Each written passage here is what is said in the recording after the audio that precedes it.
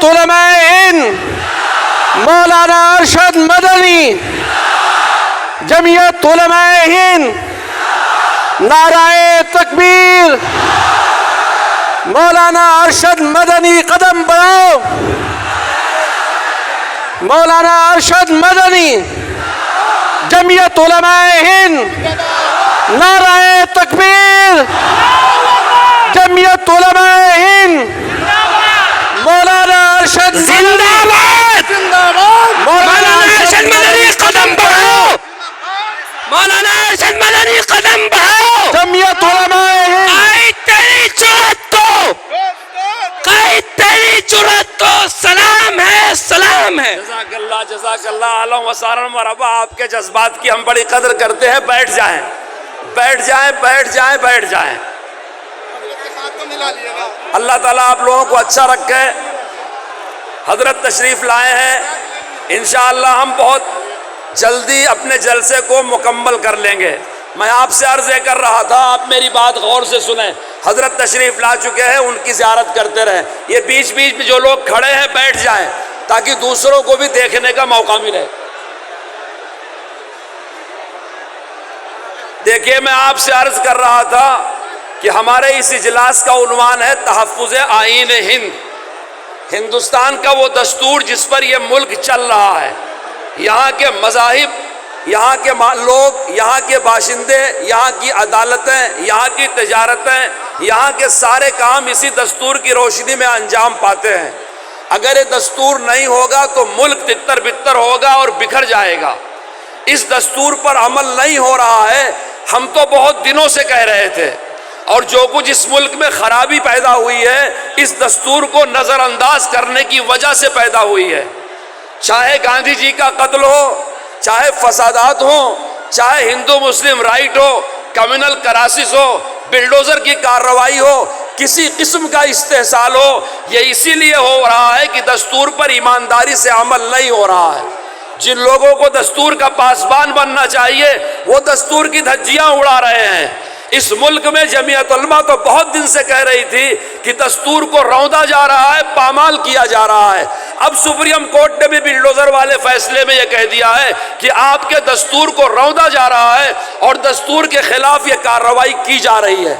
جمعیت علماء ہند نے یہ عزم کیا ہے کہ جیسے ہمارے بزرگوں نے ملک کو آزاد کرایا، بعد میں قربانیاں دے کے ملک کی تعمیر و ترقی میں حصہ لیا، اب اس دور میں جب ایک طبقہ دستور کو پامال کر رہا ہے اور ملک میں نفرت پھیلا رہا ہے، افراتفری کر رہا ہے، جس کا انجام ملک کا بکھرنا ہے، دلوں کا ٹوٹنا ہے، جمعیت علماء اس بات کی پابند ہے کہ سب سے پہلے آگے بڑھ کے وہ دستور کی حفاظت کرے اور ملک میں بھائی چارہ قائم کرے۔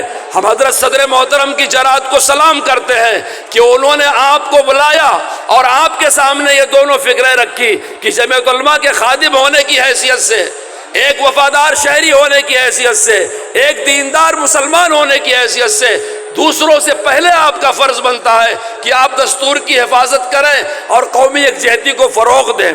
ہمارے اس جلسے کے کئی ذیلی عناوین بھی ہیں، اسی میں بعض تجاویز بھی ہیں۔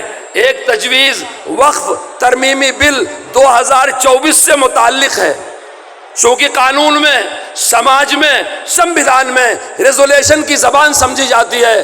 2024 وقف امنڈمنٹ بل جو آیا ہے، صدر محترم نے پہلے دن یہ موقف اختیار کیا ہے کہ ہم کلیتاً اسے خارج کرتے ہیں، یہ بالکل ناقابل قبول ہے اور یہ وقف کو برباد کرنے والا ہے۔ اس تجویز کو پیش کرنے کے لیے میں بہار صوبہ کے نائب صدر مولانا حیدر الاسلام صاحب کو دعوت دیتا ہوں کہ تشریف لے آئیں اور وقف ترمیمی بل 2024 پر تجویز جو ہے اسے پیش فرمائیں۔ بھائی آپ لوگ بیٹھ جائیں۔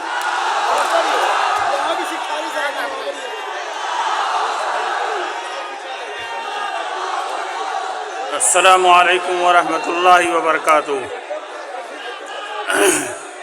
حفاظت اوقاف اور وقف ترمیمی بل 2024 منظور کردہ اجلاس مجلس منتظمہ جمعیت علماء بہار منعقدہ 23 نومبر 2024 انجمن اسلامیہ ہال پٹنہ۔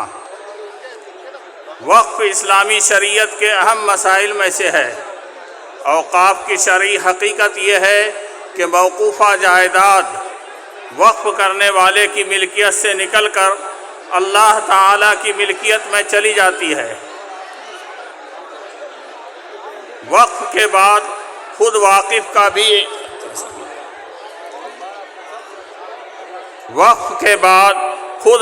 کا بھی اس پر مالکانہ تصرف ختم ہو جاتا ہے، خرید و فروخت ممنوع ہو جاتی ہے۔ ایک مرتبہ وقف کر دینے سے وہ چیز ہمیشہ کے لیے وقف ہو جاتی ہے۔ واقف نے جن مقاصد کے لیے وقف کیا ہے انہی مقاصد میں اس کی آمدنی صرف کی جا سکتی ہے۔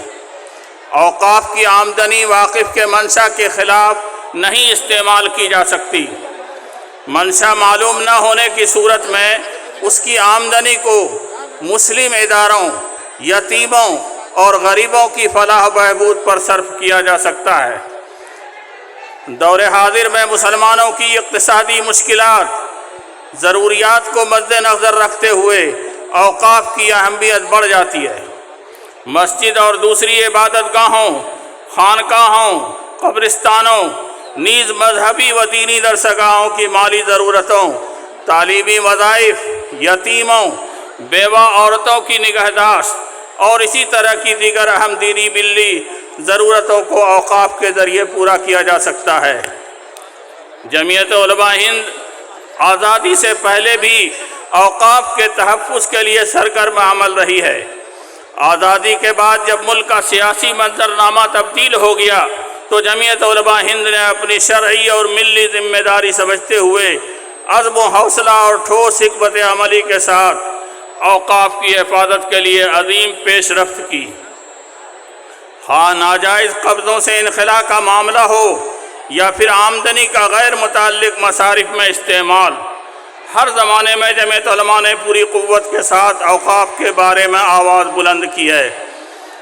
جمعیت علماء ہند اسی جد و جہد کے نتیجے میں 1995 میں پارلیمنٹ کے دونوں ایوانوں میں وقف ایکٹ منظور کیا گیا، جسے آج قانون اوقاف 1995 کے نام سے جانا جاتا ہے۔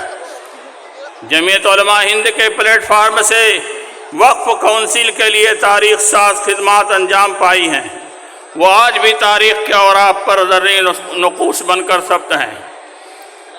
جمعیت علماء اسی عزم کے ساتھ آج بھی میدان میں سرگرم عمل ہے۔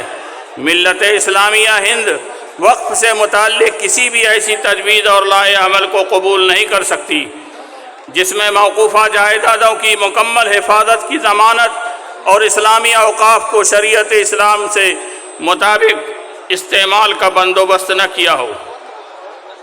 جمعیت علماء بہار کی مجلس منتظمہ کا یہ اجلاس حکومت ہند سے مطالبہ کرتا ہے کہ وقف ایکٹ 2013 اپنے آپ میں انتہائی جامع اور مؤثر ایکٹ ہے، اس میں کسی ترمیم کی ضرورت نہیں، اس لیے حکومت اپنی ذمہ داری کا ثبوت دیتے ہوئے اس کو ایمانداری سے نافذ کرے اور وقف جائیدادوں کو ناجائز قبضے اور تسلط سے آزاد کرائے۔ نمبر 2، جمعیت علماء بہار کی مجلس منتظمہ وقف ترمیمی بل 2024 کو پوری طرح مسترد کرتی ہے۔ جمعیت علماء بہار کی مجلس منتظمہ وقف ترمیمی بل 2024 کو پوری طرح مسترد کرتی ہے اور پورے اعتماد کے ساتھ یہ بات کہتی ہے کہ مجوزہ ترمیمات میں کوئی ایک ترمیم بھی ایسی نہیں جس پر غور کیا جائے۔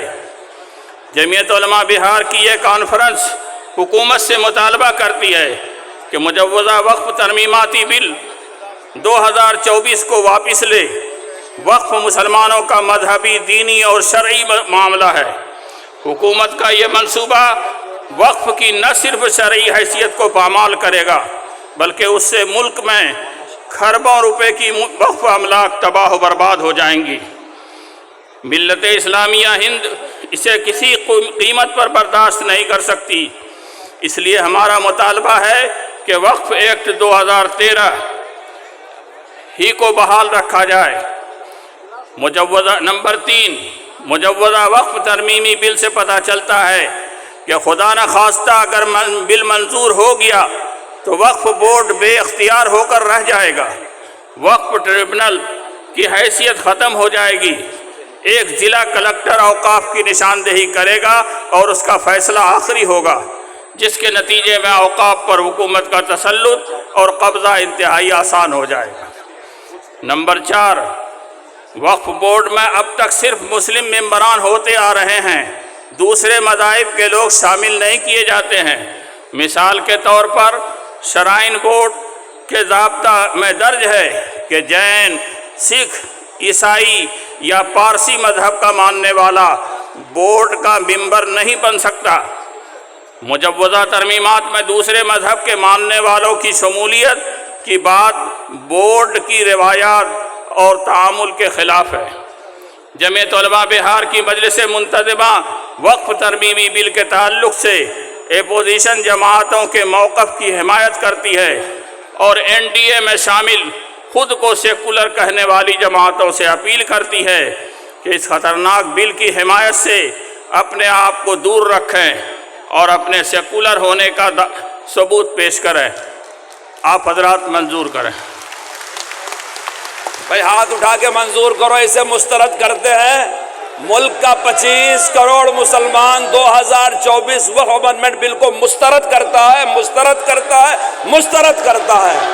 ہم کو یہ ایک نہیں چاہیے، نہیں چاہیے، نہیں چاہیے۔ اب میں تحفظ آئین و جمہوریت پر تجویز پیش کرنے کے لیے جمعیت علماء بہار کے جنرل سیکریٹری مولانا محمد عباس قاسمی مونگیری دامت برکاتہم کو پیش کرتا ہوں، تشریف لے آئیں اور یہ تجویز پیش فرمائیں۔